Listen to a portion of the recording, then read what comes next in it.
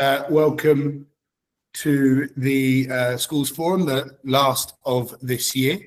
Thank you. Just so you all know, the meeting is being broadcast live. It will be recorded and made available on the council's YouTube channel, which is going viral at the moment, I hear. The agenda is available on the council's website by following the links to your council and the decision-making area, and consultations and surveys, and then into committee agendas and minutes. The quorum for the meeting is 10 members, and we're way on that. As usual, please indicate if you wish to speak by using the chat function. That's either putting your hand up, and we'll be able to see that, and then if I miss it, Kev will find it. Members also, remember that all participants on the video call will be able to see what has been entered into the chat, so please keep all mobile phones in silent mode and all that. If I haven't met you before, I'm Ash, and we've got a good idea of who we are all in the meeting, so please have a look round. I don't think, Kev, that we need to go around and get everyone to introduce themselves. I think we've got too many members unless we have to do that. I'll leave that to you, Chair. I don't think it's know who's in the meeting. Fantastic. Is there anyone new to Forum today, Kevin, that we might want to introduce? There's nobody new to the Forum today. Excellent. And are there any apologies? I beg your pardon. Councillor Farshid Sadar is a new member appointed by council. Well, welcome. And I believe we've got Julie on here for the first time as well. So welcome, Julie. Are there any apologies, Kevin? I have apologies from Charlotte Veal, Esther Brooks, Lucy Mastricola, Councillor Ollie Waring, and Councillor Diane White. Okay, perfect. Thank you. And any declarations of interest? No? Okay, if we can note that, Kevin, that'd be great. Done. Okay, fantastic. So that takes us into, excuse me, 1 second, my computer's just dropped a little bit. That takes us into the agenda for today. Quite a packed agenda, which is good because it means there's lots of good things coming up and lots of things for us to go through. But have there been any late additions, Kevin, or anything that we need to be aware of in that? There've been no late additions, Chair. Okay, perfect. Give me 2 seconds. So that takes us on to our first point, which is, I believe, is Henry here? I'm indeed, Ash, yeah. Excellent. Henry, are you ready to talk now? You're ahead of yourself. We need to just confirm the membership of Esther Brooks, Devon Confinch, and Gareth Dutton. Apologies. In the minutes after that. Fantastic. So doing that then, so Kevin, is that, so we have had from Esther that she is continuing, is that correct? That's correct, and from Gareth. And from Gareth. And the third person was? Devon Confinch. Yes, I am, and I'm happy to continue. Very pleased to. Excellent. And then we're happy to obviously continue to have you on there. So unless there's any objections, we can continue with that. Anything else then in terms of reappointments, Kevin? Nothing, no more, and the election of the chair will come up at the next meeting, first meeting of the year. Okay, excellent. Anything else to be done before we move on to the school place planning item? We might want to welcome Lucy back. She's been away for a while, and then please can we just confirm the minutes of the January meeting? Lucy, I didn't see you there. Welcome back. How are we doing? That's fine. Good to be back. Hi, everyone. Good to have you back. Good to have you back, and thank you. And also thank you for Scott and everyone else that have been stepping up in that time to fill Lucy's shoes and more. So thank you, everyone. But Lucy, it is great to have you back. I think Scott's going to be quite excited that he doesn't have quite as many phone calls from me going, what does that mean again? So welcome back. I can confirm the minutes unless anyone has any objections or wishes to outbuild or challenge anything on the previous minutes. Okay, Kevin, I think we're okay with those elements. Anything else, Kevin, before we get into the meat and drink of today's meeting? Chair, we move on to school place planning. Fantastic. Henry, are you there? I'm indeed, yeah. Excellent. Thank you, Henry. So thanks, move Ash. on to item 5, which is school place planning. Henry's going to present, and then, of course, if we can hold off on any questions to the end, I'm sure it will generate lots of questions, but if we can hold those off to the end of Henry's section. Henry, over to you. Thanks, Ash. Hello, everybody. Afternoon. I'm Henry Kilpin, the Associate Director for School Place Planning and Achieving for Children, and I'm here to give an update on school place planning in Kingston over the last 12 months. For those of you that are unfamiliar with my role, it's essentially trying to ensure that Kingston meets the statutory duty to provide sufficient school places, so enough but not too many. We introduced the annual updates last year to try and ensure we're providing as much information as possible with schools and other key stakeholders, and hopefully you found the report useful. I'm going to assume you've read it, so I'll give a brief overview of the situation with regard to primary schools, and that includes actions to address managing falling roles, secondary schools and specialist provision. I'll then quickly run through future demand for places and then give an overview of planned and proposed new provision. As Ash has said, there's time for questions at the end, and if there's any questions after the meeting, please do get in touch. So I'll start with primary schools. So essentially, we're in a position at the moment where we've got too many places. Overall, we've got less demand for places and lower reception cohorts and a lower number on roll across all year groups since 2020. In terms of applications for September 25, the number of families applying for reception places is similar to the previous year, but overall applications are down by 412 since 2015, and that's a similar story across the whole of London. The occupancy level compared to the permanent published admission number is at 90.7%, so we've got a vacancy rate of 9.3%, and national guidance indicates that surplus capacity between 5 and 10% is advisable to allow for in-year admissions and parental choice. So in Kingston, we're on the cusp of having too much capacity, but just within that at the moment. In terms of vacancies across all year groups, we've got 1,260 at the moment, and that's compared to the permanent PAN, or 569 when temporary reductions are taken into account. It is important to note that it's a mixed picture across the borough, and not all schools are affected at the moment. We've got 6 schools at or over 100% capacity, 9 above 98%, and 7 below 85%. And of those schools under 85% capacity, less than half of them are community schools, so we're not the decision maker for 4 of them. We're seeing high in-year applications. Those are those applications outside of the normal admission points, and those are helping to mitigate lower school numbers to some extent, but the proportion of those requiring a new school place has slightly reduced in the past year to 56%, although that still does equate to roughly 600 new pupils over the last academic year. Despite the falling roles, as you'll see in the report, there's still pressure in certain areas of the borough, and that indicates how difficult it is to get the balance right. Moving on to managing falling roles, you won't be surprised to hear that's a significant focus for us in AFC. It's a growing concern nationally and particularly in London, and there's a number of reasons for that, primarily falling birth rates, but also for families leaving London for a variety of different reasons. In Kingston and South West London, the impact has not been as much as in some areas of London, but now the expected impact is bigger than previously thought.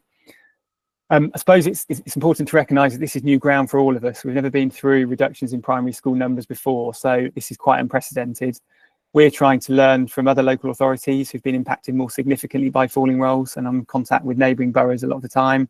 But it is worth noting the context in each borough is quite different. And to illustrate that, I got some information from London councils on Friday, which showed that across London, there'd been around 36 primary school closures or amalgamations in the last few years, and more is planned. So we're nowhere near that in Kingston at this point, and hopefully we won't be, but I think it's just worth noting.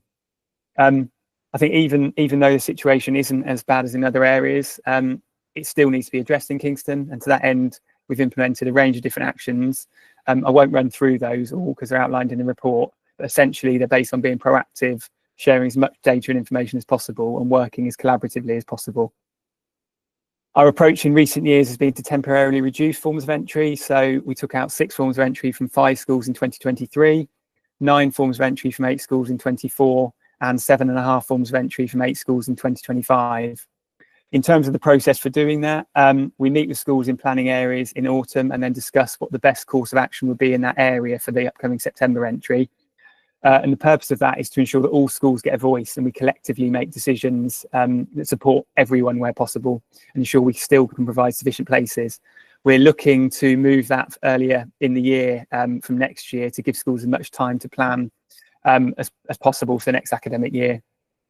For September 25, we're going to continue with temporary reductions, but we are going to consider permanent action where temporary reductions have been in place for a number of years and where schools may be struggling financially. We'll have conversations with schools about that in the upcoming months.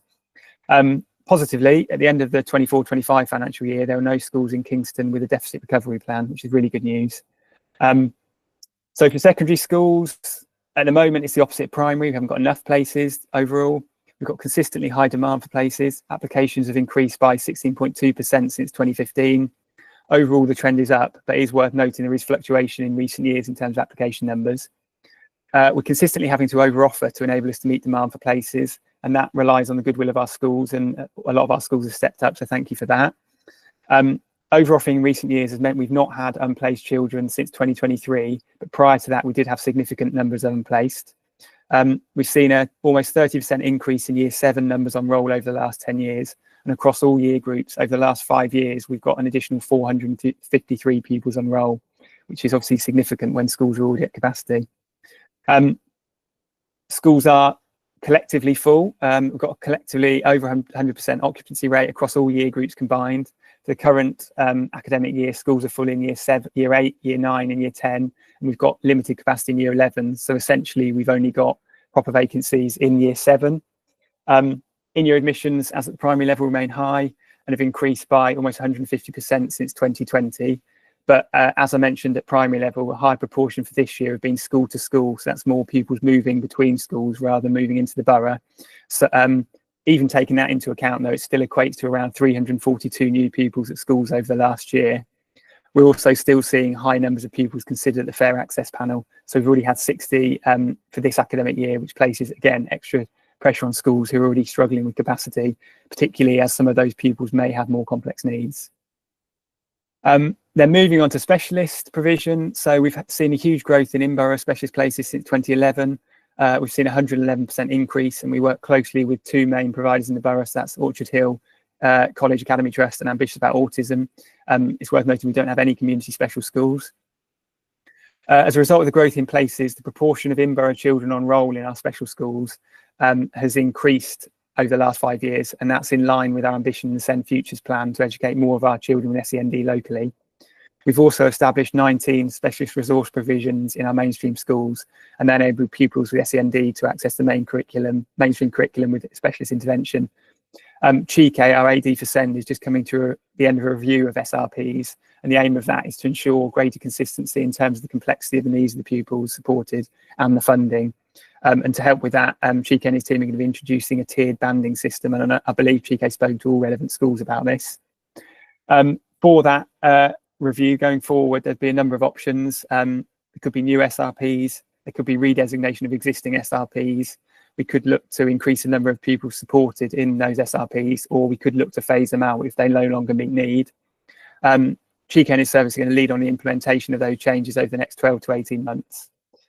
And I suppose despite the increase in those places that we've seen over the last few years, we still need more, albeit we are waiting for the government white paper on SEND, which will be focused on inclusion in the mainstream. So we're waiting to see what that means in practice, but it could potentially lead to quite significant changes.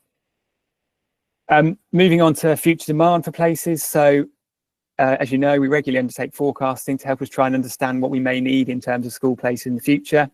The methodology we use is approved by the DfE and our accuracy annually, and shows us to compare well to national figures and other labouring local authorities. We review and update our forecasting model each year to make sure it remains as accurate as possible. In the midst of that at the moment, if we prepare for the 2025 school capacity return. I think it's important to note that forecasts are a tool to give us an indication of what might happen. They're not absolute certainties, as things can and do change, and as we've seen over the last few years. We're currently working on the latest forecast for 2025. These aren't finalised yet, as they'll be submitted at the end of July and then signed off at the end of the year. But the indications are that at primary level, reception numbers will decrease further than previously expected. And this is essentially a result of the rapidly decreasing birth rate, because that's what our forecasting is based on. However, it's still not going to be a huge increase in the number of surplus places beyond what we're seeing currently. At a second level, we're expecting a reduction in the previously predicted shortfall of places. Essentially, demand will move more in line with capacity, but then there will be surplus places towards the end of the decade. For SEND, we're expecting a continued shortfall of places with further growth in education, health and care plans.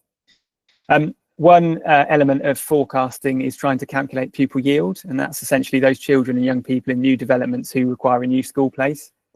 As you'll be aware, there's a lot of housing development planned in Kingston, but the DfE advised mainstream forecasts only include those developments that have been approved. It's going to be interesting to see what the impact of the drive for house building from the new government will be on terms of the speed of development in the borough. That could potentially mean we have more families moving in, but again, we have to wait and see what happens with that. And currently, based on the information we have available about developments that are either approved, planned or expected, we could potentially expect a pupil yield of over 2,000 over the next 10 years. However, it's unknown as to whether all these developments will proceed, even if they've got planning permission, and then when we can expect them. We're trying to piece this together as best we can at the moment to understand what we can potentially expect and when. Last year, we committed to a review of pupil yield to ensure it provides with the most accurate information available, and then in turn enables us to capture as best we can the possible demand for places.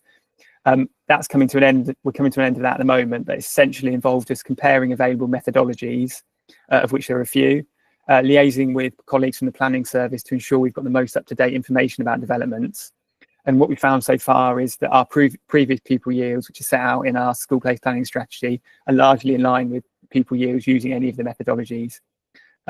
Now that's almost complete, we're going to review the existing estimates of pupil yields and then reevaluate these on an annual basis as more information becomes available. We'll then include those in our forecasts. Then finally, moving on to the last section, in terms of our plan new provision, as you see from the report, there's a lot going on at the moment. At primary level, we've got the Norbiton Primary School, so the building there is completed. It's currently being used temporarily by Spring School, which is a special school, and we're having ongoing conversations about future use of that building with the DfE, considering the drop in birth rates and the low demand for primary school places.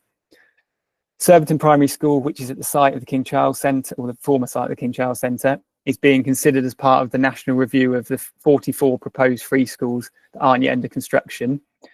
We're awaiting a decision from the DfE. We've been awaiting for some time. The latest is that they'll let us know in June after the spending review, which is where we are now, but we're yet to hear anything, so we're just waiting for that, really. Then the final primary school projects around Burlington Junior School rebuild. The new building is complete. We're currently refurbing the old building, and the whole project should be completed by the end of the year. It gives the potential for the school to increase to 5 forms of entry if needed. There's no plans to do that at any point in the next few years. Then moving on to secondary, Kings Meadow Church English Secondary School, that's another one of those 44 projects being reviewed nationally, so we're still waiting for a decision from the DfE. I am conscious, though, that's a very hot topic, so I wanted to provide a bit more detail on that, albeit there's not much more to add at the moment as we are waiting the decision from the DfE. Our understanding is that very few of the proposed projects that are being reviewed will go ahead, but we don't know that for certain. We've provided the DfE with a range of information to inform their decision making, so it's essentially going to come down to what their view is. As a local authority, our local position is with the level of development planned in Kingston, the expectation that at some point in the next 10 years, the birth rate will probably increase again. There remains a likely long-term need for the school, but in the short to medium term, the need is much less great. Our understanding is that it's unlikely the DfE will progress the project based on a long-term need. But as I said, with lots of things, we just have to wait and see at the moment. And we're as frustrated as I'm sure you all are at the delay in letting us know what's going on. I think part of the problem with this is that the school was proposed a long, long time ago, and circumstances have changed significantly since then and haven't really quite caught up. So we, as I say, we wait to hear. If the school isn't approved, then we'd look to work with our existing schools to help us manage demand in the next few years. Then in terms of our SEND provision, Spring School, as mentioned, is open at the Norbiton site, so temporary site. There's been a delay to move that to the permanent site at Moor Lane. It was due to be September 25, but now going to be some point in 2027. And that's really disappointing because that impacts the number of pupils a school can take. Spring School currently got 58 pupils on roll, but that can't increase much further because of the limitations of the site. More positively, and I can see Ben on the call, the St Philip's Willow Centre, the vocational centre, which increases capacity at school, is now complete and positive. There's been really, really positive feedback about that, and that's a really, really good development. We're also doing some other work with Orchard Hill College and Academy Trust, so to create a DISAT satellite centre at Latchmere Primary School. We've got agreement in principle between the two trusts to create new provision for 24 primary age pupils.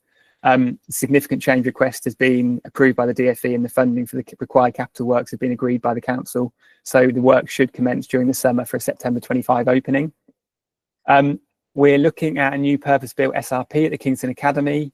The proposal is for a purpose-built SRP because at the moment they're in space that they're just making use of the space they've got. We're reviewing the feasibility and financial viability of that at the moment, but it would, if we do take that forward, it would include funding from the Cullen Foundation, supported by National Autistic Society. So we're hoping we can progress that over the next 12 to 18 months. We're having lots of conversations with Sophie in the school.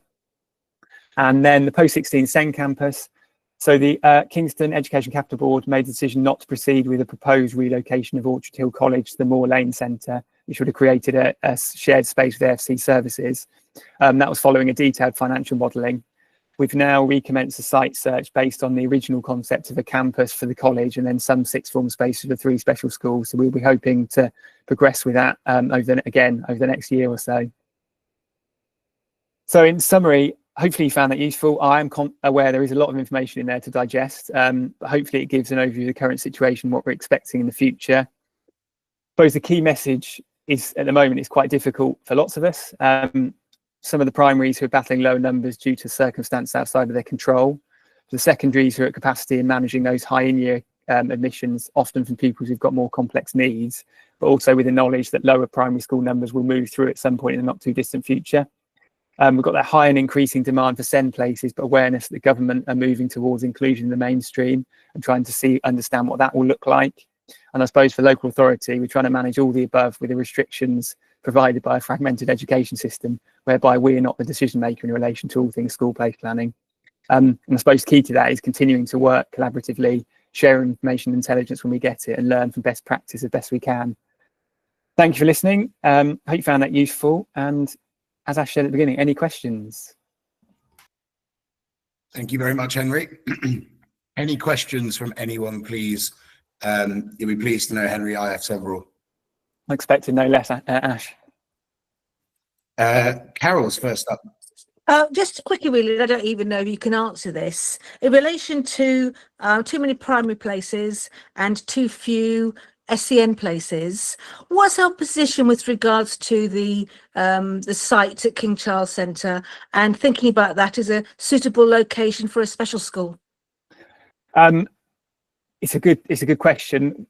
To be completely honest, Carol, we don't know at the moment. Right. We need to get through find out what's happening with national review, and then we'll go from there. But as you said, it is a potential site that may come back into the mix and may help us manage some of those gaps in SEND provision. Yeah. Okay, great. Thank you. Thanks, Carol. And then Claudia.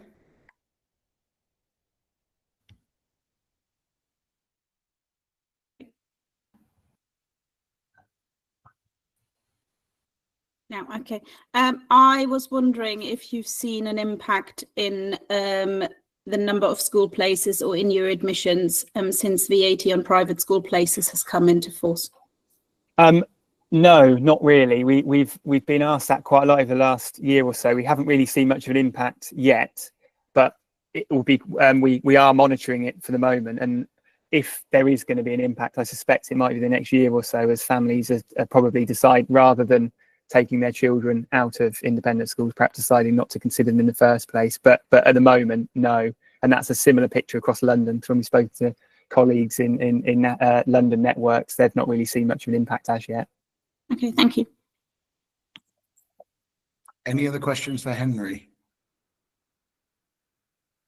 While you're having a think, then I'll join in. Henry, you said that, and I quote, there weren't enough secondary places. I don't understand what you mean by that, knowing that some are under. Well, collectively, the schools are over 100% capacity. So, and as I said in my presentation then, we've got no capacity in year 8, year 9, year 10, and very little in year 11. So bar those year 7 vacancies, we are struggling for spaces, hence the use of FAP. Right. Okay. But with some of that, my understanding, particularly one, if not 2 schools, is that they reduced their PAM because of the falling roles and are willing to increase that. So I don't.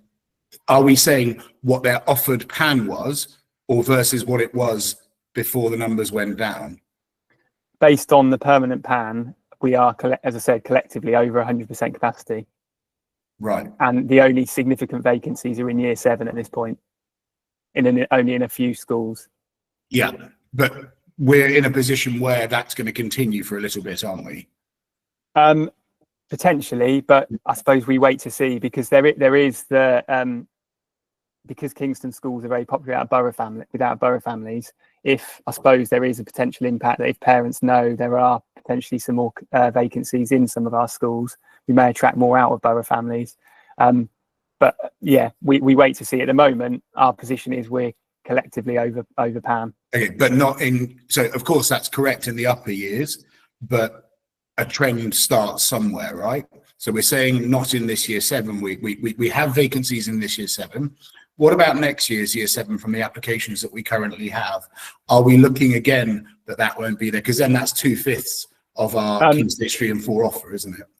We're expecting there may be some vacancies again, but again, it's in the same schools. It's not across the board. It's in a couple of schools. No, I understand that, but that will mean that we've got vacancies in 2 of the year groups. Is that correct next year? Potentially, yeah. Yeah. Okay, good. I just think it's really important when you're saying there won't be any, that we actually look at what's coming and what it's going to look like and what those numbers are. With that placed against the fact that we've got falling primary numbers, I think that we've got councillors on the call, and I think it's really important that we recognise that the snap in time that we have now doesn't necessarily represent. And then just before I move on, I suppose the thing to add on that is this year we have seen one of the secondary schools increase their pan, which obviously has had an impact. And that if that hadn't happened, we may well have seen less vacancies in those schools. That has had an impact, and I suppose that does need to be taken into account. Understood. But nonetheless, we're in that position. Well, I mean, I guess, while of course that increase hasn't helped everyone, it fits with the narrative though that you're saying that we need more places. So it's interesting that. But my last thing is around then, in terms of the position, have AFC said to all of these people bringing in the new schools, we don't need any, thank you? As in, have in our position statement to the DfE, have we been declarative in that position that we don't think we need those 2 new primary schools at Norbiton, at King Charles Centre, and then of course at Kings Meadow? Or have we sort of just? I'm just worried that if we're saying that if we're saying to the DfE that we don't have space, then might they then turn around and allow that school to be built that, as you said, possibly isn't needed yet? Are you talking in terms of primary or the secondary? Oh, secondary was my last point, but the primary. So all 3. I don't want to. I think in terms of both schools, essentially we've provided with the data information we have available. So that's forecasting. They've got access to number on roll, so they'll be able to draw their own conclusions from that. For the primary schools, as I said, I think given where we are, it would be hugely surprising if they're to take them forward, because we know that we've got falling rolls. In terms of the secondary school, we've been quite clear that there's no immediate need for places in Kingston. It's more longer term, but that may be some way in the distance. And as I said in the presentation, I think that the possibility of them funding a 30 million plus new school on the basis of that is highly unlikely. So I can't confirm it for certain, but we're expecting them to say no to both of the schools. Okay, thank you, Henry. Charis, you had your hand up then. Councillor Foschi. Just to say that I think I've said previously, there will be 3 different outcomes to the DfE's review. So there will be no need at all, no need at this point in time, but we might review in 5 or 10 years based on, you've got a lot of housing yield or whatever, or yes to proceed. And we have been clear. Henry referenced how long it takes from inception to any single building programme to happen. So we are in a very different position than we were when these conversations were first started. We have been clear to the DfE that at this point in time, we have capacity within our primary schools. But not for secondary? Well, we only at this point in time have them in 1 year group, don't we? So, but we have shared all of that. And we've also shared the predicted primary numbers coming through from primary to secondary, Ash. Okay. Look, my worry is we're giving these people who don't know it some data but no direction, and it'd be really helpful if we've had a lot of opportunity. Both Ian and I have had a conversation and a meeting with the regional director, so we have been able to be really clear about what the current position, not what maybe we talked about 5 or 6 years ago when things were first spoken about. Perfect. Thank you. And thank you, Henry, as well. Councillor Foschi? Thank you. I'm actually, this is maybe completely outside the case of this forum. But one of the problems that we've had, and we've had it for many, many years, is the effect on the residents at the school drop-off and pickup. And I was wondering whether this forum or its members are in any way able to help the schools think about that particular problem that each school is causing to the residents, and whether I mean, it may not be outside your mode of thinking, but I'm looking for help here because for 3 years we haven't been able to solve this problem. Yeah, I think obviously pick up and drop off are incredibly important and the timings around them, but I think this is kind of financially focused, but perhaps we could take an action to get in contact with you, councillor, perhaps AFC officers, to get in contact and looking at that. But I don't think, while a very valid question, that it is for the purview of this particular forum. No. On the financial side, we've not been able to raise any funds for lollipop ladies or men. So maybe that's somewhere that financing can come in from your angle. Thank you. Thank you so much, sir. Okay, anything else? Kevin? Chair, Esther Brooks sent a whole lot of questions. Have you responded to them in the questions? I haven't done yet. I will bring them up now. Thank you. Any other questions while I hastily go to my email and find the questions from Esther? Okay, give me 2 seconds.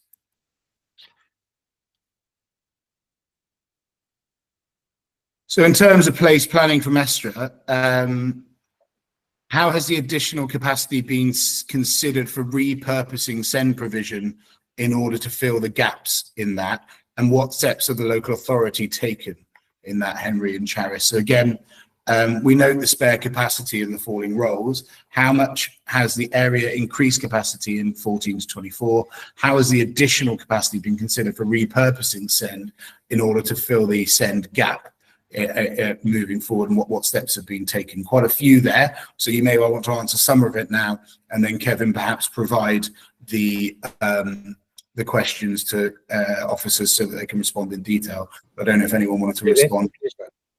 Yeah, so essentially we are looking at any sort of surplus space we've got. We have conversations with those schools to see if we can repurpose it as special educational need if we know that the surplus space is going to be there for a considerable period of time. Difficulty we have is that DfE has a very, very restrictive framework around how you can and can't set up SEND provision. So we've had questions quite a few times. This school's got a couple of spare classrooms. Why can't we put SEND provision in there? But essentially, the DfE requires you to have basically a separate building, separate space on a host site with a separate entrance, separate exit, and then that has to go to like we're doing with the Dysart satellite Latchmere. That's only possible because there is a significant space to enable us to do that. It's difficult for some of the schools to have that space. Where that space is available, we will work with that school to see if we can set anything up. We also have the difficulty that it requires capital funding, and as you're aware, we haven't got bucket loads of capital funding, and we need to make sure that's prioritised on long-term projects that we've been needing for some time.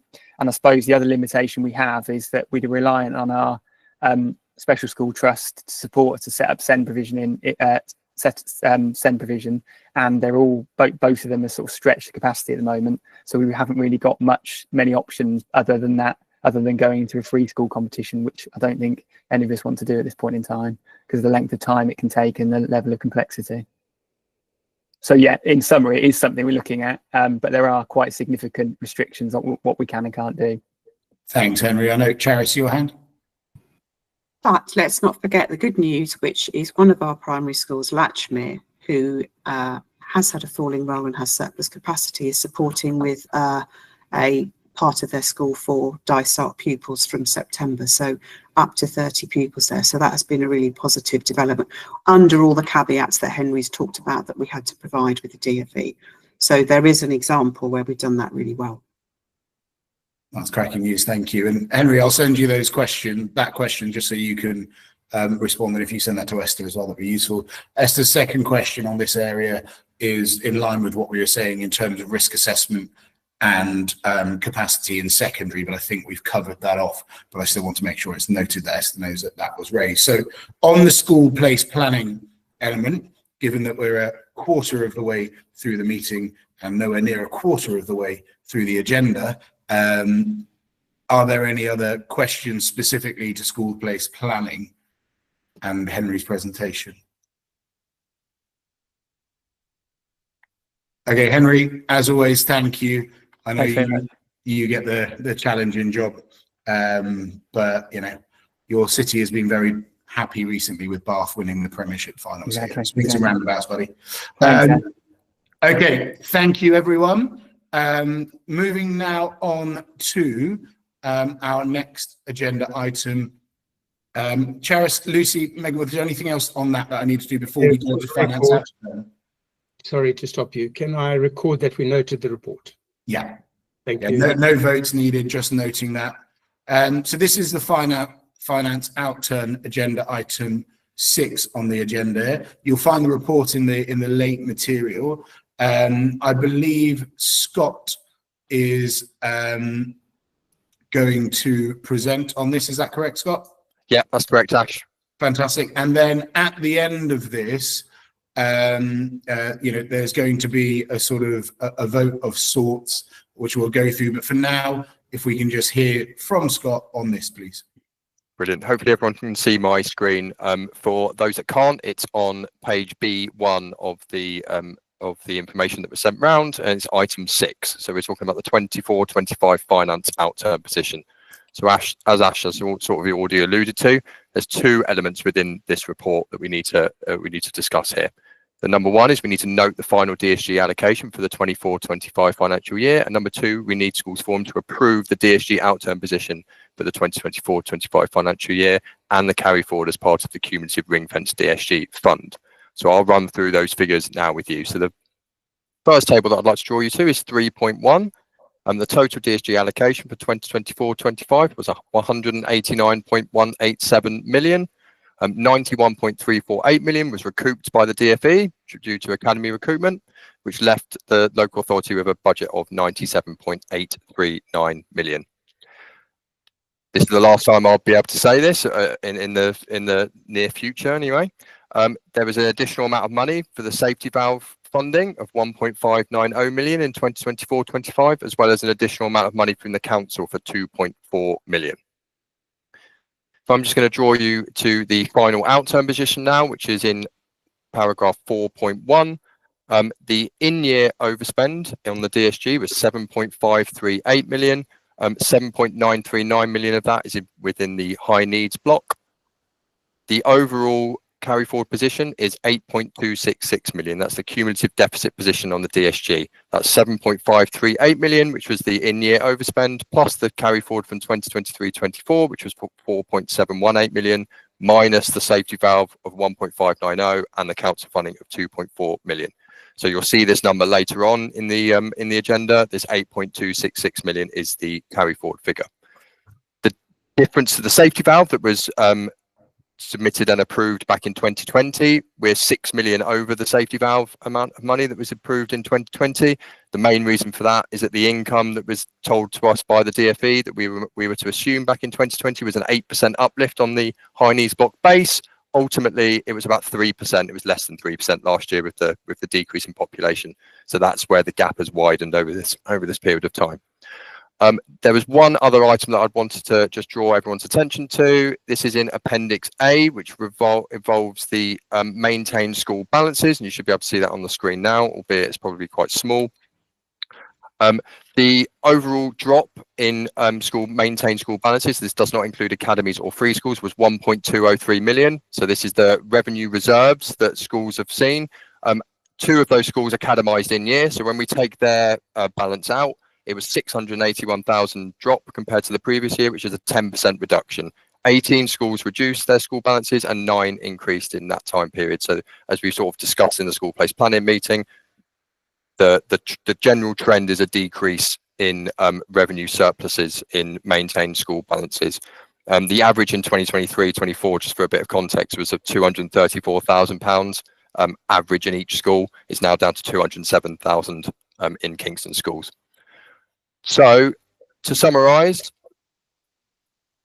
we need to note the final DSG allocation of 24-25, which was 189.187 million, and we need to approve the cumulative deficit carry forward of 8.266 million in the dedicated schools grant.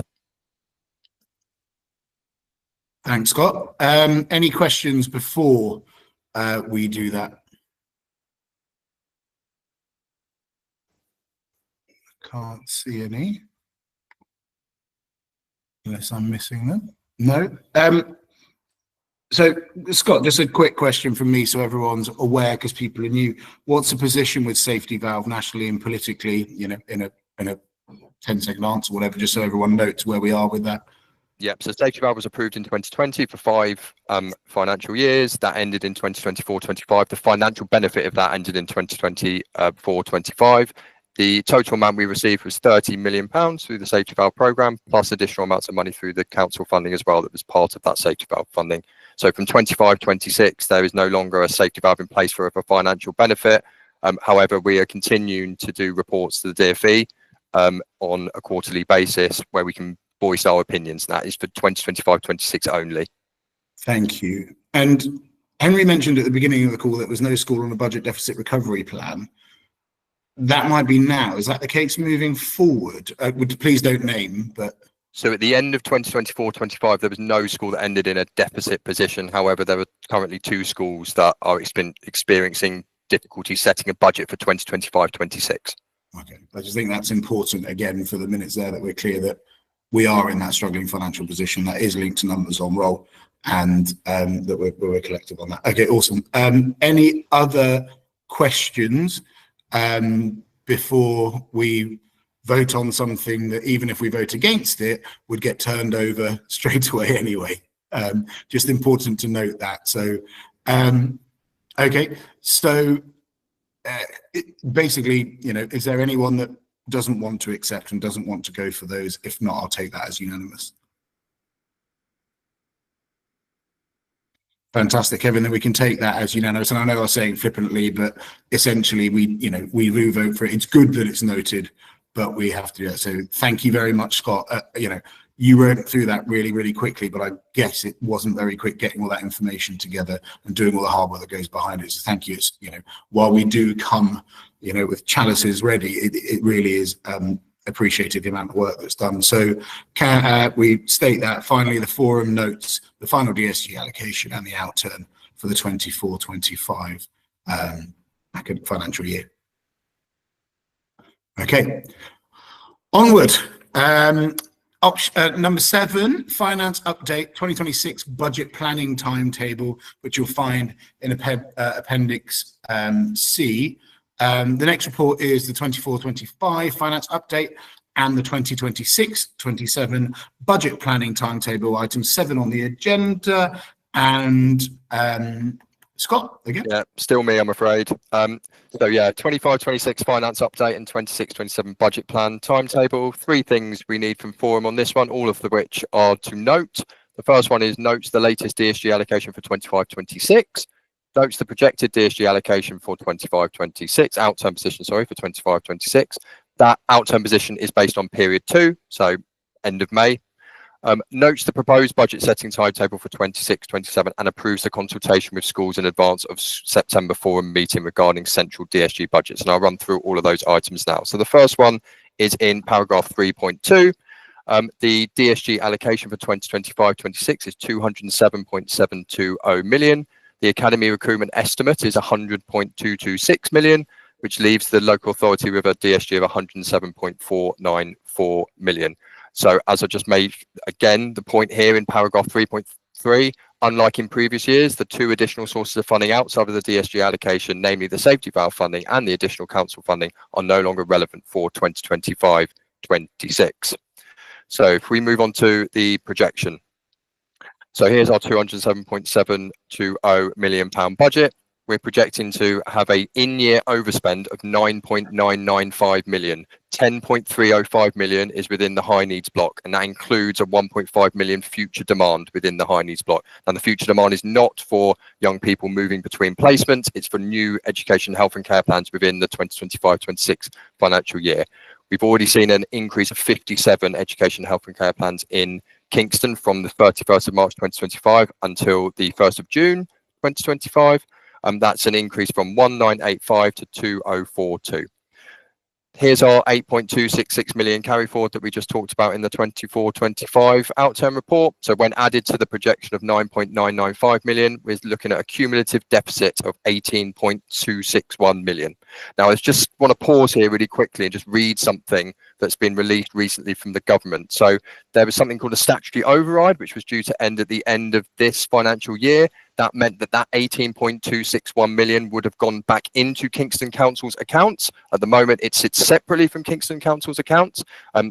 There is an update from the DFE on that, and that update is as follows. We will commence a phase transition process which will include working with local authorities to manage their SEND system, including deficits, alongside an extension to the dedicated schools grant statutory override until the end of 2027-28. So essentially, the DFE, I keep saying ESFA, who don't exist anymore, the DFE have extended the statutory override by 2 financial years. So it's allowing them a little bit more time to come up with a tangible plan on all the deficits that local authorities are currently seeing within particularly their high needs block.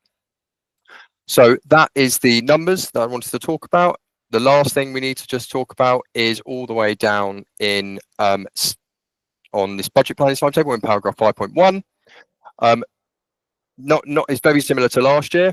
In the timetable, there'll be a consultation 1 that will commence in July. That will be discussing central school services block and the delegated items. That will then come to schools forum in September with the results, and decisions will need to be made in the September schools forum. After that, there will be a consultation 2 which will be circulated. That will be to do with any funding formula information, mainly around the national funding formula, or any transfers between school and high needs block that needs to make decisions related to that. That will come to the November forum for discussion and decision. And then ultimately in the January forum, there would have been an early years consultation prior to that in January, and the early years information will be provided in January and agreed upon on the 26th of January's forum meeting. The only difference to last year is that the hope that the DFE release the information regarding the schools block and the high needs block in July, rather than we didn't get the information until December last year due to the change in government. But other than that, there is no change in that. So in summary again, the note to the latest DSG position, which was 207.720 million. That's the allocation for the year currently. The projected overspend is 9.995 million in year, and cumulatively it's 18.261 million. Thanks, Ash. Thanks, Scott. My usual thing before I ask for questions from anyone else, yeah, and I know it's annoying because it's not on you guys, but I'm chairing a forum where we consistently come back and add 10 million here and there. And in the annals of time, that's not going to look good if I don't say, is there anything different we could be doing to drive down the carry forward deficit? Have we got anything from the government on that? I know what you've just said, but I just think it's really important to note that forum aren't just nodding and going, oh, that seems terrible. We recognise that that's 20 million, 9.995 and then 18.261. And I know what the answer is, Scott, but nonetheless. I think I imagine Charis will have a view on this as well. I think the key point to point out here is that in previous years, in period 2, we've been using this information to report to the DfE, and I'm hoping that this year we've been the most pessimistic that we've been in previous years, to give particularly the council a really clear picture of what we're believing the position is going to be at the end of this financial year. Now, there's various things that will reduce this number, particularly in the high needs block, this 10.3 million. Imports exports is one. What I factored in for this year is that we've seen a significant increase in young people exporting out of Kingston, actually partly because of what we've been discussing around not enough places within specialist provisions within Kingston at the moment, and filling all those places with Kingston residents. So that's been factored in, that we would receive a reduction in budget moving forward. However, there's a check that we do every year. We go through every individual EHCP, we look at everybody's where they live, and we go back to the DfE with any differences, and we normally get around 120,000 pounds back. So that will, I mean, it's a drop in the ocean when we're talking about 10.3 million, but it's a start. So I think that in a really convoluted way of what I've just said is this is my worst case scenario at this point in time, whereas in previous financial years, because we've been reported to the DfE, because we know it's going to reduce potentially over time, and because we've factored in every worst case scenario, I'm hoping that it's going to reduce over time. However, it's still a scary number, Ash. I think it's a very good point that you're raising, and the one good thing about us continuing to have to report on the safety valve, the fact that we don't get the money anymore, is obviously the negative. The positive, that we still have to do those reports, is that we can highlight these issues to the DfE. We have a link straight into the DfE where we can say the reasons why we believe that the system is broken and it needs an overhaul. Thanks. And and I think, and unless anyone has any other questions, please dive in. But Forum notes that we are not an island in this, that every other London borough and my new forays into Surrey demonstrate the same. But I think it's still important. I sat down with a head teacher and asked her why the duties were £727 over this year. I think at least that level of scrutiny on the 18 million feels appropriate. Okay, any other bits that we want to go through on that? Any other thoughts before I move to finish that off, looking at what we note and what we vote? Okay, so unless anyone has any objections, we note the latest DSD allocations for the 25-26 financial year. We note and accept the projected DSG outturn position for the 25-26 financial year. We note that is a worst case scenario with the benefits that can come from export, and we ask colleagues to drive that down as far as possible. And we note the proposed budget setting timetable for 26-27, and therefore approve the consultation. If we can have a look at the consultation in advance, please, and if that can be sent out before the summer holidays for us to check, that will be helpful, so that we don't come back to it. So that therefore that's in advance of the September forum regarding the central and DSG budget. Lucy. Yeah, no, I was just going to add to that. So Julie's who's on the call, is already sort of drafting that consultation. So we're hoping to kind of get it to you, Ash, in sort of early July to have a read through, so that we can get it out before the summer holiday, so that those who want to look at it before the summer can, and those who want to do it just after the summer holiday can as well. We know the timescales are always quite tight. And I think there's also some draft dates gone in for briefing heads and school bursars as well on the kind of content of that consultation. So hopefully this year, everyone will kind of understand all the questions and feel able to sort of respond. That's great. And that goes to obviously Esther and to Rachel as well, please. Absolutely. As well. And just obviously, I forgot to say at the beginning, Esther sends her apologies. She got the call this morning from Ofsted, so obviously if we can note that. Okay, so I think that concludes item 7, all approved, all noted, and savings encouraged. Thanks again, Scott, for all the hard work on that. And that takes us to Charis and the Send Futures plan, which is item 8. Charis, if you're okay to present the report, then we'll discuss. And again, the outcomes here are that we note performance against the safety valve agreement. We note progress with the implementation of the Send Futures plan. and we note progress made by the TNF group, Task and Finish group, on the Kingston cluster pilot as well. Sorry, Charles.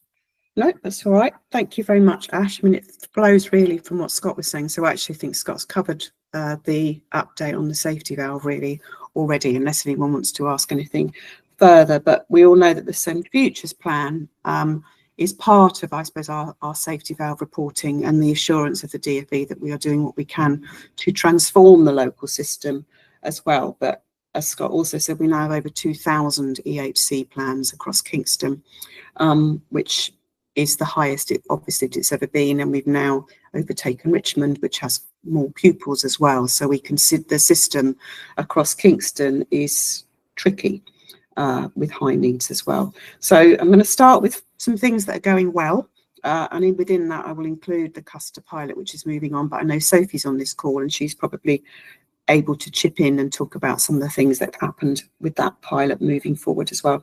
And then I will just talk about the challenges and take any questions, because I'm assuming you've all read it. So just 4 things really that we highlighted that are going well. We've got good parental engagement in the consortium and the relationship with the Parent Carer Forum, and their feedback about the local area is important and helps us to check in about that experience for families and their children within the borough. We've worked very hard on our vocational pathways offer for that 16 to 25 cohort. And you might have seen from the data that we currently have 27% of our EHC plans are within that 16 to 25 age group. So coming back to the impact of the 14 Children and Families Act, it increased the age to 25, and we are seeing those young people with plans and the needs moving forward as they get older. So making sure we've got the best vocational pathways we can, and internships and opportunities for those young people to have strong outcomes, including the some of the work that Ben were doing at Phillips around vocational pathways and really trying to get young people with special educational disabilities into purposeful employment and training is really important. The Send service restructure, talking about those 2,000 plans. We're also got a new statutory performance indicator about annual reviews. So we used to just have one about 20-week timeliness. Now we have another national one about annual reviews. So we've split some of the responsibility within the coordinators to a team that does new assessments and a team that does annual reviews. And we hope that will improve some of the annual review activity.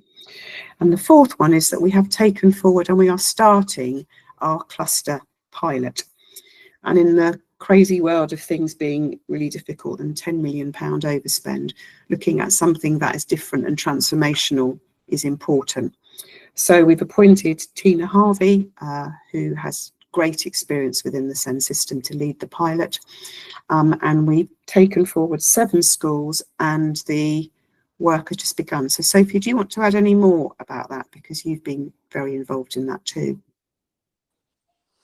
Not much more to add, really. As you say, the pilot's just begun. So 7 schools are being that are involved, are being very well led by Tina, and we look forward, to seeing the outputs of this. It's going to take all of next year, really, for us to see the results of it. So it's just underway and will complete next summer. So we'll know more then.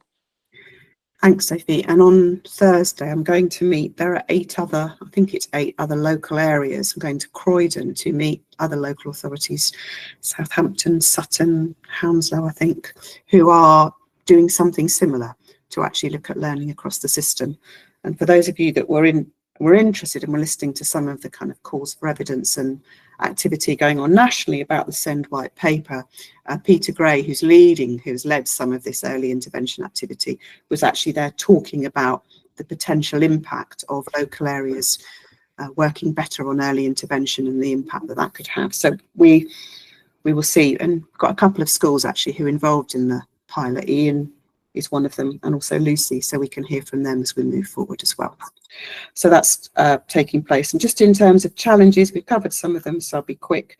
Talked about the spring school, the impact that has on local capacity, and also that it's remains in the Norbiton building, which we've obviously talked about potential redesignation of that.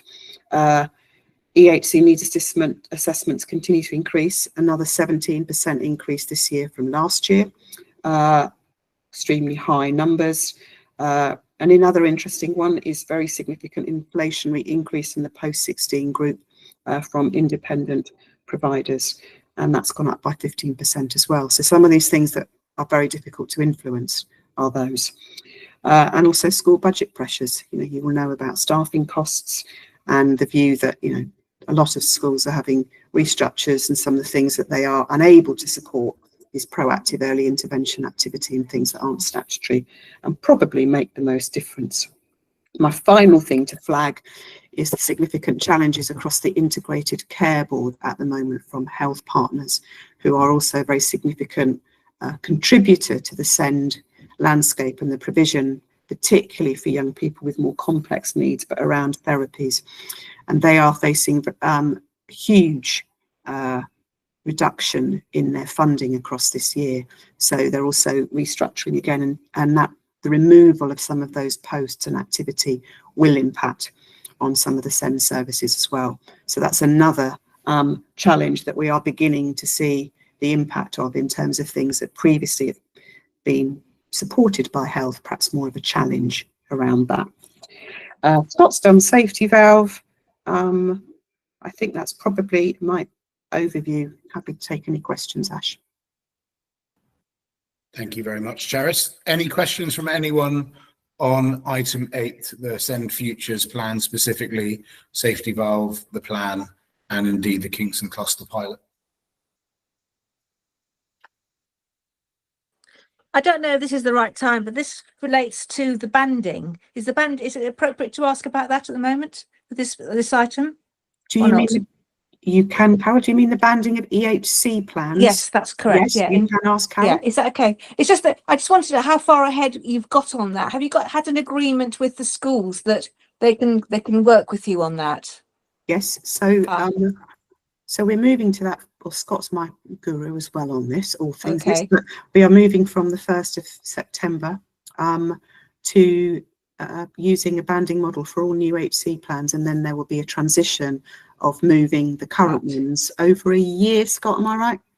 Two academic years. Two academic years. So all new plans are moving, have a banding allocated to it, Carol. Particularly had very positive feedback from some of the work mainstream schools are trying to do around reframing the narrative of this is the provision I have to meet your child's needs, and this is how I'll be doing it, rather than I have 12 hours of this and I have 2.2 hours of salt. So actually talking with confidence about the pot rather than individual little amounts. Can I just ask another question then, because I think it's kind of peculiar to Kingston, isn't it, this particular banding process? What process did the authority use to arrive at the bandings and the banding thresholds and things? How did you go about that? Well, there are a number of local authorities using banding now, so we're not the same as ours, though. Scott will be able to answer. Scott's been more part of the process than I have. Right. Can you answer that, Scott? Yeah, so there's lots of local authorities that are currently using the Imosphere or the Care Calc system, actually. Okay. Yeah, so there's quite a few now, and in fact there's a few local authorities that are further down the line than we are and trying to implement it in the independent sector unsuccessfully at the moment, but they have successfully implemented it in post-16, so in FE colleges, for example. So there's a number of precedents, mainly in London, so not outside of London, but each different Care Calc system has a different value attached to that banding That's amount. what I was getting at, really. So that's correct. It's not a standard amount across every local authority. And the reason behind that is actually some of the numbers that we talked about earlier. The amount of money that each individual local authority gets per pupil is significantly different through the high needs block calculation. And actually Kingston, we're one of the lowest funded London, if not the lowest funded London local authority when you look at the high needs block per pupil amount. So therefore that needs to be factored into the Care Calc banding system. But yes, as Charis sort of alluded to, we're moving to the system in September 2025. All new EHCPs that are implemented from September 25 will be on the new Care Calc banding system. All existing EHCPs will have a 2-year phase transfer, and it might be that the schools actually want to do that process quicker, depending on how the outcome of the Care Calc. There's many advantages with the Care Calc system, and actually I've had some really good conversations with head teachers when I've come down to particular primary heads to discuss this. and also at bursars briefing. So there's more my world, Carol, and I was talking to school business managers and bursars, and actually it allows SENCOs more flexibility to use that funding more appropriately and more innovatively. So actually, fingers crossed, it's a real positive for everybody, including the young people. Yeah, thanks so much. Thank you. Thanks, Carol. Thanks, Scott. Just to note a couple of questions here from Esther. One specifically around kind of external QA processes. So noting the internal AFC process, has the AFC considered an external review of the process that we followed? That's the question. Which process, Ash? An external review of the process the local authority have followed in order to, for the SRP funding review, specifically to the Band 1, Band 2. That's why I felt it was appropriate to bring it. So SRP, so we're using, so for SRP, so that we don't get confused, we're using a level 1 SRP or a level 2 SRP so that we don't get confused with the banding we just talked about. So I think GK has done some work with other local neighbouring boroughs to look at that benchmarking between us, Ash. Thank you. And then obviously with the care cow being implemented as banding for the EHCP, again, another QA question, I suppose, is how has that been sort of QA'd and moderated in terms of the EHCP and annual reviews themselves, so that they give a kind of fair and consistent banding based on need that can be almost judged, so a kind of standardization and moderation piece there? So that's a GK question, but we have, and Ben, I don't want to put Ben on the spot, but we have done some training with special schools actually, because they were asking us about kind of the process and the criteria for that. So we have done some with both special school academy trusts actually, and I know we've got some operational guidance around the banding activity and kind of the criteria and how you agree that.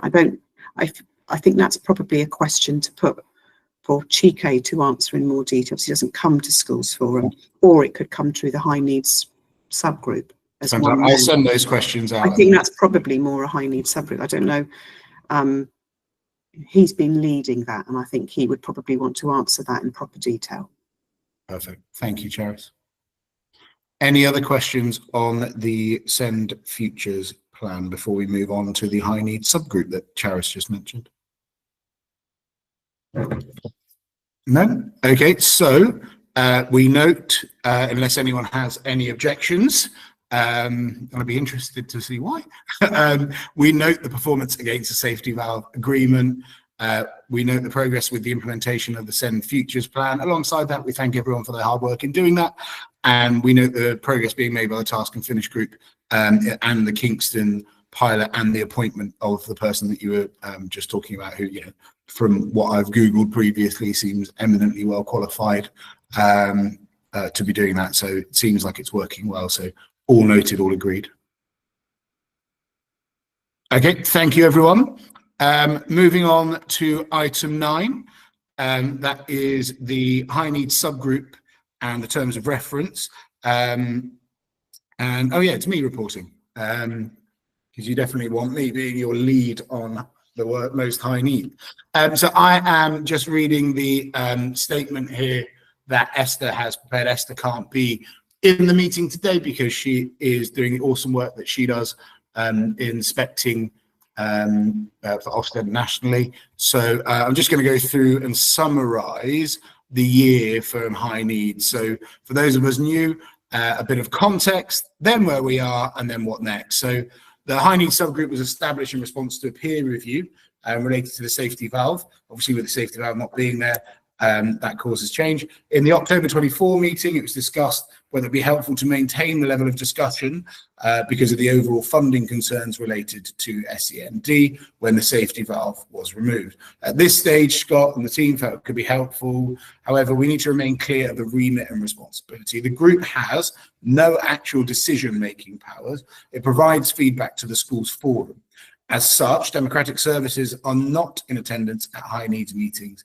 The high needs group recommends that minutes of the high needs group are included in the question and answer documentation, that they can be read more widely by Schools Forum in order to provide context of funding related aspects discussed in the schools forum. The objectives of the forum are, are to examine the detail of the spend from the high needs block and analyse factors that directly or indeed indirectly impact on the cost of supporting those young people through high needs funding. That objective 2, track progress against expenditure projections to deliver improved impact outcomes and of course value for money. That the group reviews top-up funding and implements the banding tool and to scrutinise plans for addressing high needs funding shortfalls and make recommendations to the schools forum. Perhaps we might want to add into D, that last one, asking high needs to explore and provide feedback on the aspects of school forum that are SEND related. For example, the cluster, before that moved into the high needs fund, which is now being phased out. There's the lack of therapy in Kingston is discussed termly, impacts on escalating costs for SEND. The demand for independent school places is a significant concern for the high needs group. The high needs group understand that being related to finance means they do discuss particular projects such as the SRPs, clusters, therapy, target hard needs, banding, but again, have no decision-making authority.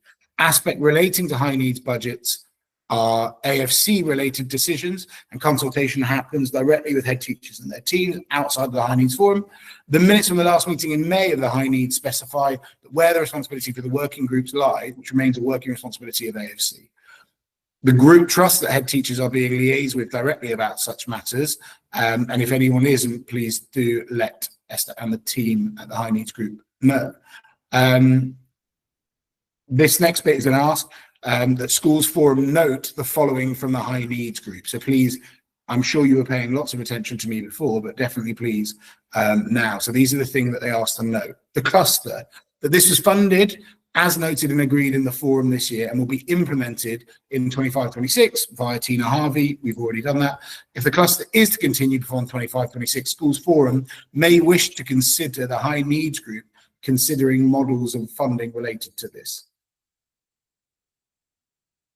The high needs budget, the high needs is being phased out, as you know, from the 300, 200, 100 that we've agreed and voted last year. However, future funding related to SEND may need to explore how that we come about that. SRP funding asked to note that whilst the context and structure of the SRPs is not a high needs forum responsibility, the high needs group notes that the funding concerns relate to both secondary and primary SRPs, and they remain as to whether existing SRPs will be able to be sustained, where they are sustained, being linked to cost rising, etc., etc. So again, please note the impact that the level 1 and level 2 may have on those significant changes from the funding before, with some schools dropping significantly in their funding for their SRPs based on those changes. That with banding related to special schools and for mainstream EHCP from the 25th to 26th, that may have implications that we as a forum may need to know or direct the high needs group to consider.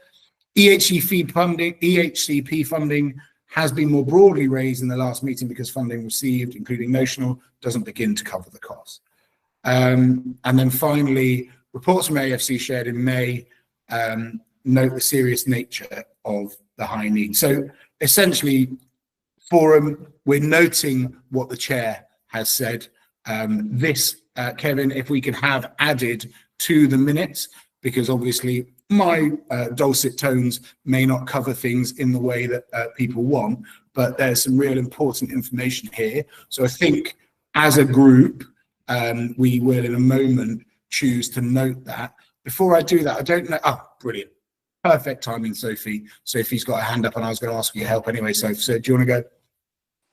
Yeah, I mean, I'm vice chair for Esther on the group, and I think, the summary is we remain very concerned with a number of elements and challenges that schools are facing with projected, further deficits of up to 40 million by 2030, issues around SRP funding, seeing how the banding model lands. And I think, whilst it isn't a decision-making body, and I think that's what Esther really wants everybody to hear at schools forum, that we don't make decisions at that group. There are a number of sort of live conversations, and important that we keep that group going, really, so that we're able to remain engaged with that conversation with AFC colleagues through schools head teachers, to see how some of the decisions that we're all making together are really impacting our schools, particularly around funding of SRPs, and waiting to see how that banding model lands for schools, although noting that, vast majority of schools I don't think are seeing a huge impact on their funding as a result of the banding, and welcome that move away from the sort of parents gripping onto these number of hours their children need. But I know that Esther was just very keen on those key points around the concerns that remain, and the work that the group do, I think, needs to continue. Completely agree, Sophie. And I think making sure those go out in the minutes is clear on that. And, I think Forum really welcomes the changes into that. The 2014 Children and Families Act creating an expectation that couldn't be met, and therefore moving more towards a banded model is really well kept. And at the end, obviously, we'll say it, but the idea of you and Esther leading on this and in that group, I think the young people of Kingston are well served with special educational needs by that. So I certainly wouldn't be going for anything other than that. Scott, you've got your hands up. Just a quick one. It's just important to note that the overall SRP budget is increasing for 2025-26 by 6.13%, which was agreed in line with the amount of money that we received through the high needs block. That was the 6.13% increase. From September 2026, it's projected to increase by 13.75%. So that was factually correct, what you read out, Ash, i.e. some schools are losing, some schools are gaining. But I just wanted to make Schools Forum aware that it is an overall increase to the SRP pot as such. Thank you, Scott.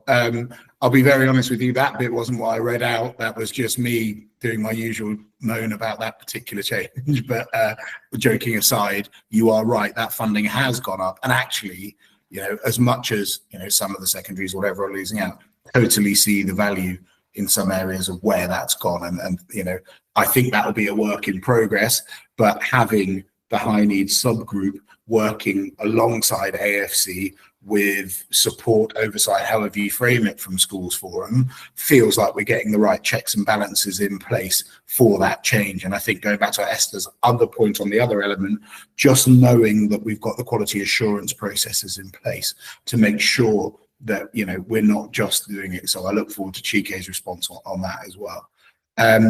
So is that the previous hand up there, or have you got another question? No, previous hand up. No idea how to put it down. That's all right. What do they call it? Do you remember during lockdown? Legacy hand, wasn't it, during lockdown? Not the good old days, sorry, but you know what I mean. Charis. Yeah, I just wanted to come in following that, because I did have quite a long conversation with Esther about, I suppose, the parameters of the high needs subgroup, how it came about, what it was for, what we wanted to do, because there was one particular meeting where it felt very much like it was a kind of AFC send scrutiny panel, which I don't think was the parameter for that group to be set up. So, we have KPIs through the Send Futures plan, we have reporting into council committees, we have a number of kind of QA processes. So I think it was really helpful for her to relate back to the terms of reference, so we're kind of really clear about what that group is and what we should be doing together, and also, Ash, what it isn't. Noted, and thank you, Charis. And I think, as I said, we'll find the right way that works with it. The more eyes on the issue from AFC, from schools, maintained or otherwise, the better served those kids are, and I think we'll get the rest out in the wash. In terms of this one, in terms of what to note, unless anyone has any more questions, it's just to note the report, to note what the responses were, and to note that the high needs subgroup plays a very valuable role in its advisory position to Schools Forum and its advisory position to AFC, neither a scrutiny or otherwise, and to continue that. And of course, I'm sure if there's anyone that hasn't previously been part of the group that would want to join or be part, I would imagine Esther as chair would welcome that. Okay, thank you everyone. Now we move on to, and again, thank you, Esther, for putting that together. We move on to our discussion around alternative provision. Colleagues may have noted a change on the paperwork and things for that there. So this is now, I believe, more of an update, which is going to be Lucy, I believe. Good. Yeah, I'll start and chance Sam on that. will. Yeah, that's it. I'll start and Sam or Scott might want to come in. I guess just in terms of context, so this is an informal, I guess, it's not really an update. It's essentially a lead in to a more formal item that will need to come to September forum. But we AFC think actually schools may want to have a discussion outside of forum before that kind of more formal report comes, just so that, you know, things that need to be in the public domain are in the public domain and other discussions can remain outside of, you know, the public domain where there's sensitivities. Malden Oaks, like every other school, is experiencing budgetary pressure. The only difference is that Malden Oaks is funded in a different way, in that there are annual discussions around the number of pupil places, as well as the kind of unit cost for those places. And, you know, one times the other equals the majority of Malden Oaks' annual budget. So Malden Oaks, again, like many other schools, are kind of looking at kind of how to budget for the medium term and essentially what those numbers of pupil places should be and what those unit cost charges should be. Sam has been working hard with colleagues at her school to develop a series of options that we think, you know, warrant a kind of a good discussion between schools around sort of which of those options are more or least preferable. And also, you know, it is appropriate, given that the majority of it is funded from the high needs block, that there's that kind of peer-to-peer challenge around, you know, are schools happy that, you know, the budget that Sam and colleagues are saying that they need is needed and is efficient. I'm not saying it is or it isn't. I'm just saying that it is appropriate that there is that kind of peer-to-peer challenge. So we're planning to bring a paper in September with proposals for potential changes to either number of places or the unit costs. And what we would recommend, I guess, that the forum does is either do a subgroup, or you could probably use your all heads teachers meetings to form a group to essentially discuss those options with Sam, so that as heads you come into that September meeting with a kind of a clear view about what options sort of may be palatable for you in terms of alternative provision in the borough, and which options, you know, you definitely wouldn't want to support. In terms of, I guess, the final decision, it is a matter for the local authority, stroke AFC, but we will obviously be looking for a recommendation from forum, you know, given how much schools we know relies on the great work that Sam does with young people. So I don't know, Sam, if you want to add anything else. No, I think that pretty much covers it, Lucy. I mean, obviously, we were hoping originally to discuss it in this meeting, but I understand that that wasn't possible. So I guess what you're saying is that that discussion will be informing the budget from April 26 onwards, rather than anything in year. Yeah, so I think, I mean, the budget obviously for this year from April to March has already been set.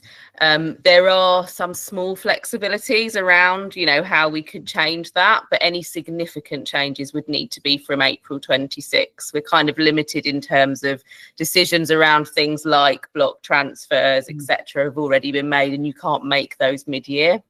But we obviously can go through options with you and look at whether there's smaller things that we can do for a mid-year change, but anything significant would need to be from April. Yeah. Okay. Yeah. And I guess just to make clear, in terms of the reason we're recommending a kind of a meeting that's outside of this more formal schools forum is that, you know, this probably isn't the forum to discuss the details of a school's finances. It's not appropriate to put that amount, you know, have that amount of information at this sort of forum. Plus, it would probably take, do you know what I mean, half of the meeting as well. So that's why we're recommending that. There's nothing untoward going on. We're not hiding anything. We just think this probably isn't the meeting to do that. Okay, thanks, guys. Sam, anything else, or you happy with that? No, if I can just make one point, I know that we'll be going into this in a lot more detail in the autumn term, but just, I suppose, for sort of context, is Lucy was just mentioning unit costs there. Just the amount that we now get per pupil is in real terms 50% less than what we got 10 years ago. So we've all got challenges, but it is a very significant difference between what we need and what we receive. Hence why, obviously, it's a very important issue for us all to consider. But we can discuss it in more detail in September. Okay. Any questions or anything else on item 10? Alternative provision, knowing that we now do that in September's meeting. Am I right in noting, Lucy, the reason that we're not doing it now then is because the budget's been set and it needs to come from the next bit, right?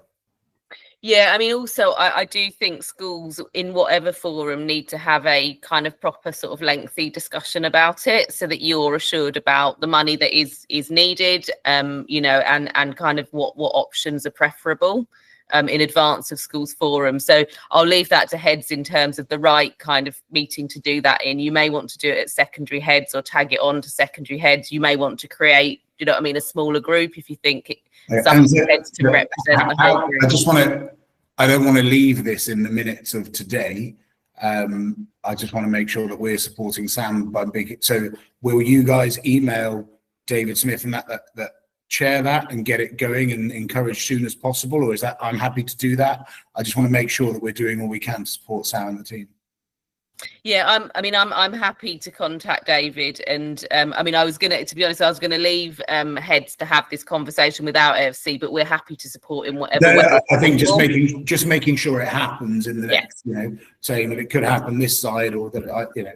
Yeah, that's fine. I know Sam's already done a lot of work on it, so I'll ask David to put it on. Yeah, the next agenda is. I know what it's like as a school to have not nearly enough in the bank to pay what's going to come out the next month, and I just want to make sure that we support. I'm not saying that's the situation there, but I'm just saying I want to make sure that we're doing everything we can to act with urgency and integrity there. Okay, cool. Thank you, Lucy.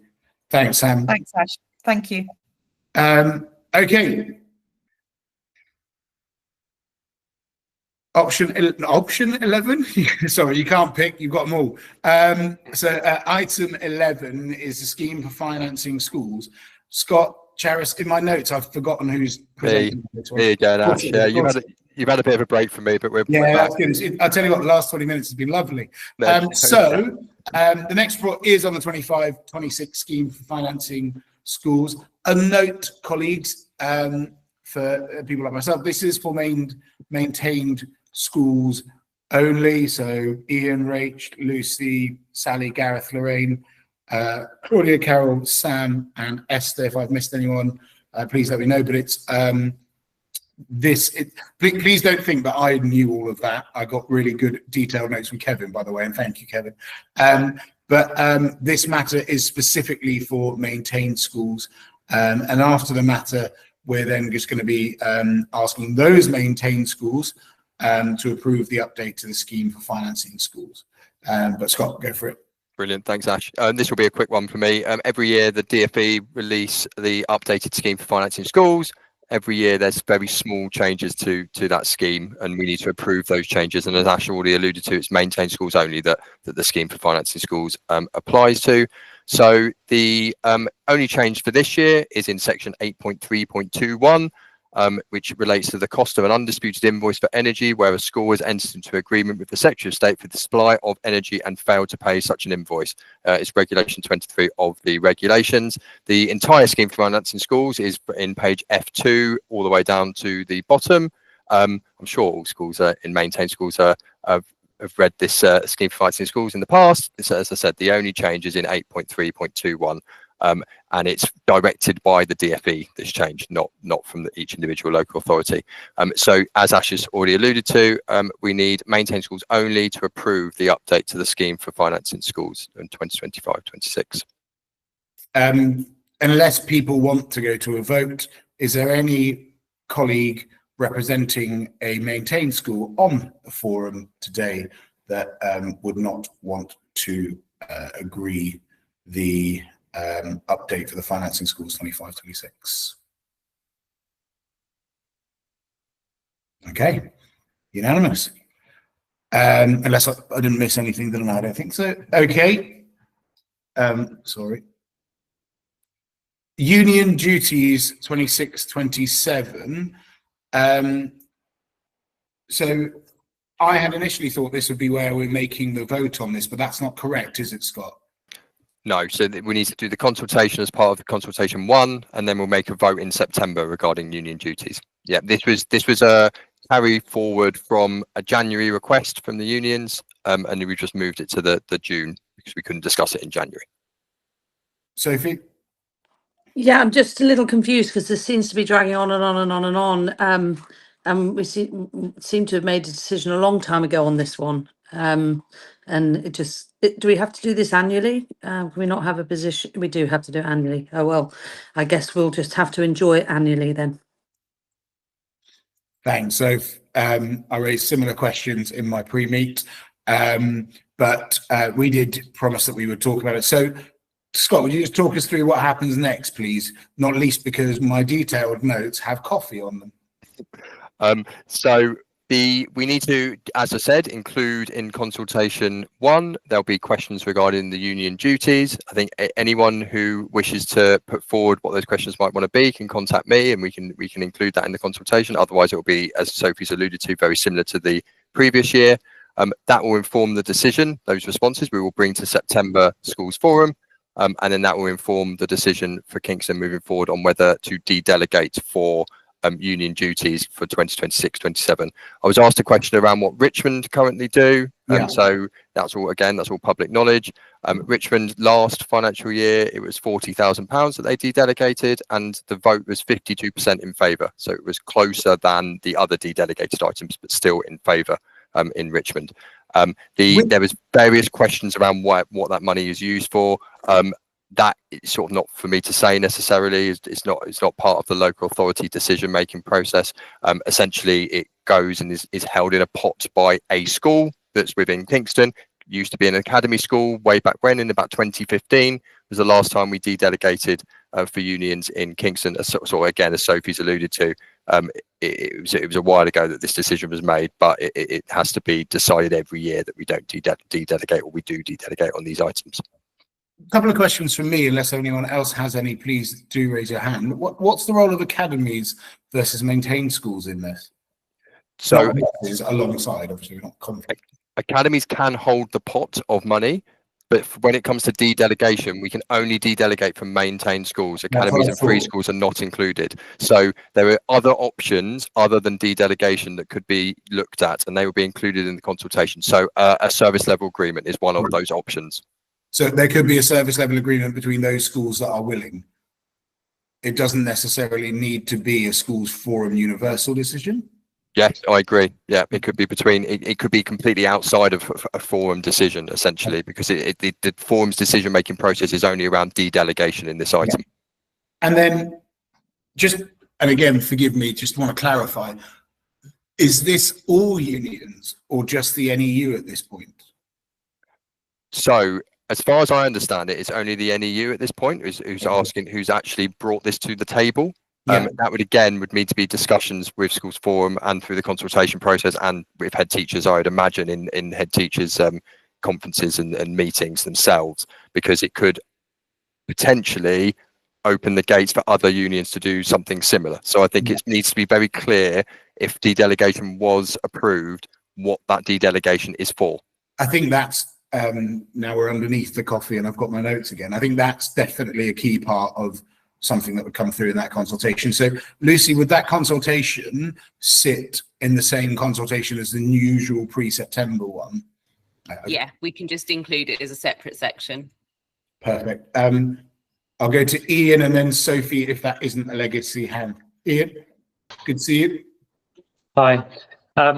My question was just about the I suppose if it's an SLA rather than a de-delegation, and some schools therefore opt out, does that mean that the union would know that those schools couldn't use the services, or is it just that only a certain level of schools would be able to use the funding? And the other thing was that originally the NEU were asking for like 300,000. Then when that was rejected, it went down to 26,000, I think. But again, the concern that came up from the heads group was that if the 300 figure was what was considered to be more appropriate in terms of if it was going to be for all unions, then obviously once it started and they've got that money, then it would gradually increase, because that's obviously the level that they were looking for. And the final thing that came up from the heads meeting was about some clarity from the union about why the subscription fees that all of the union members pay can't be used to pay for this, rather than it come from the school budgets and basically taking the money from the children. Yeah. Thank you, Ian. And I think that's right. You know, once we commit to anything, we then subject to the inflationary costs and possible other costs. And again, so I think those questions, Kevin, we can share with, I believe it's Paul Coles, who's been taking the lead on this as the minutes. And I think it's fair and transparent if they, you know, they may not be watching the meeting, that they get their full transcript of the meeting so that they're aware of those questions. Lucy? Yeah, I was just going to suggest the same, that it would be worthwhile putting those questions to the union to get their kind of formal response. There are also different models for how, I guess, schools can support the unions. So in some boroughs, including ones that we work with, essentially the schools do put a pot of money aside, but that's to essentially pay schools who have kind of authorised, you know, teachers or staff to be union reps, to essentially kind of give that school back money to sort of backfill that sort of capacity that's been lost. So again, you know, it'd be worth kind of thinking about, if you did want to support unions but just in a different way, you know, what might suit Kingston. You know, just because it's a request from one union doesn't mean that has to be the model in Kingston. Thank you, Lucy. So we're noting then that we're going to receive pre-understanding of the consultation, that the key questions that were raised today we will send back to the guys at the NEU, and we're noting that any decision on the NEU we have to assume would then transpose to other unions, both support staff and teaching staff. Any other questions on the union consultation? Okay, that takes us to any other updates. Do we have any that we need to note, AFC team, or indeed anyone else?